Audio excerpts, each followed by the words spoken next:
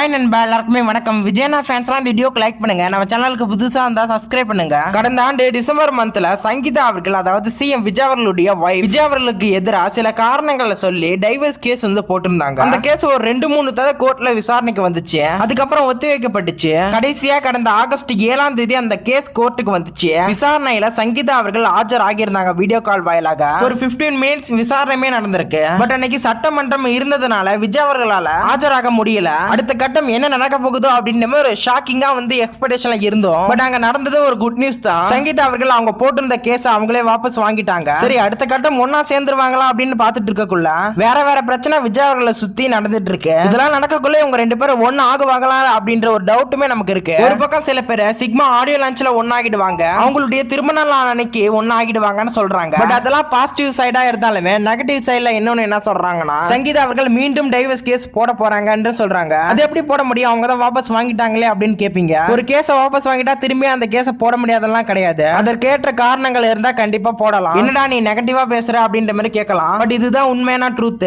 எனக்குமே உங்க 2 பேரும் ஒன்னாகணும் அப்படின்றது தான் ஆசையா இருக்கு. என் சேனல்ல பல வீடியோக்குள்ள இந்த கருத்தை நான் சொல்லிருப்பேன். பட் இப்ப இப்படி ஒரு விஷயம் போய்கிட்டு இருக்கு. இதை பத்தி நீங்க என்ன நினைக்கிறீங்கன்றத கமெண்ட்ல சொல்லுங்க. இந்த வீடியோ உங்களுக்கு பிடிச்சிருந்துச்சுன்னா லைக் பண்ணுங்க, ஷேர் பண்ணுங்க, சப்ஸ்கிரைப் பண்ணி சப்போர்ட் பண்ணுங்க. Bye friends.